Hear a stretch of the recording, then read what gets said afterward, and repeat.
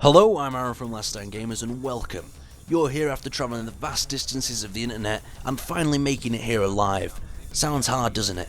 Basically you press 4 buttons, congratulations. So what's this video all about? Well, Survival of the Fittest was a little bit of a video I did a while back and it really provoked a lot of emotion and response from you guys. I talked about where would you go at the beginning of an outbreak in a zombie apocalypse. And obviously I've not got a PhD in zombie psychology, so I only know as much as you. But a lot of reactions said I would go to the log cabin, some guy said I would take over an oil tanker. What a crazy individual, better look out for him in a zombie apocalypse. But apart from that, I'm going to ask a new question today. The question is, where would you not want to go in a zombie apocalypse, but you might have to survive? So my instance of a place that I would hate to go to in a zombie apocalypse is a hospital. Think about it. A hospital would be absolutely infested with people. It'd be the centre of the outbreak. The corridors would be tight and narrow. It'd be so easy for them to get a drop on you. Oh, I've completely forgot to mention, what's the gameplay about? The gameplay was a Dayz.I server event, and basically me and some of the guys were racing there as fast as possible. The other group is a rival group, but we couldn't be asked getting out to shoot them because we needed to take down these bandits that were being played by server admins because apparently they had some amazing loot. So after rushing there, and avoiding a few collisions and having a little bit of a drag race with this UAZ, we managed to beat them, but I'm not going to tell you too much about that. Moving back to survival secrets.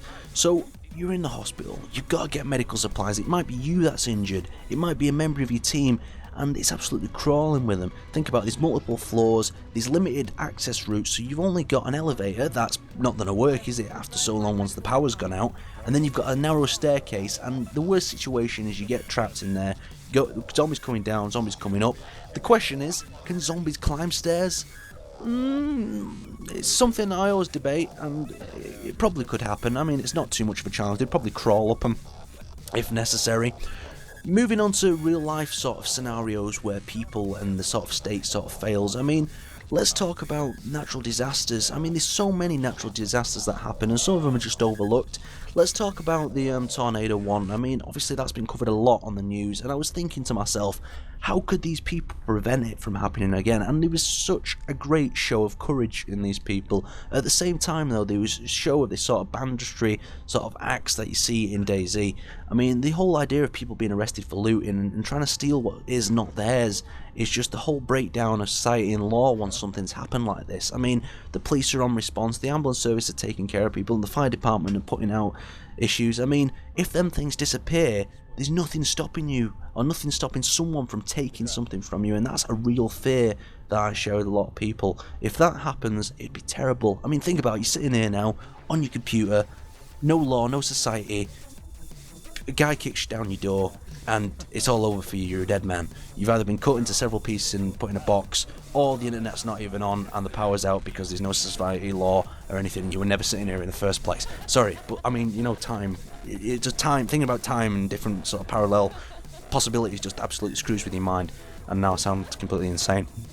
Moving on to that sort of twister thing. So I was thinking, how could you survive a tornado or something like that? Well, the first idea was you can build a house underground. And I was like, well, a house on the ground's not going to be very good because, I mean, there's no light, there's no natural light, and it'll feel very bad. I mean, you might have saw an article a while back about a guy who lives in an old US missile silo, and I thought, wow, that's pretty cool. He's got his own runway and stuff. I mean, it's pretty sweet. But here was my idea. I mean, since a lot of houses are made out of wood in America, rather than England that everything's made out of bricks, I mean, what you could do is you could build a one-story house on top of the surface with very little in, almost like a garage, and build everything underneath. I mean, you have a living room up there, and you could live up there and live down below. Obviously, the cost probably outweighs the amount of money it would cost to replace everything every time. And insurance, that's another thing. Insurance in an area where there's heavy tornadoes, it must be terrible. I mean, people must be getting absolutely fried with it unless there's some sort of special tornado insurance that's going around. So, basically, I want to talk about something else now. This is about the future of my channel. Survival Secrets is going to continue. You're probably asking about what happens when the Survival Guide comes back. Survival Guide, we're back in standalone, so if we can have a little cheer and a thumbs up for that, that's going to be good. I'm going to release a PDF with extra information on that when standalone's out, and I've managed to cover all the basics and learn it for myself. I mean, there's no point feeding you information when it's completely bollocks. Moving on a little bit to another thing, I want to know what other games to play. because I know you guys probably play a lot more games than I do. I play at the moment a little bit of Battlefield, a little bit of Dayz.I, and a lot of Arma 2 with Ace expansion and mod. So I'd love to hear from you what games that you think I would enjoy, and what games you'd like to see me play on my channel. But that's all for now. I really hope Fittest won't die. I have you. Oh, no, he got out. Here comes the machine gun, boys.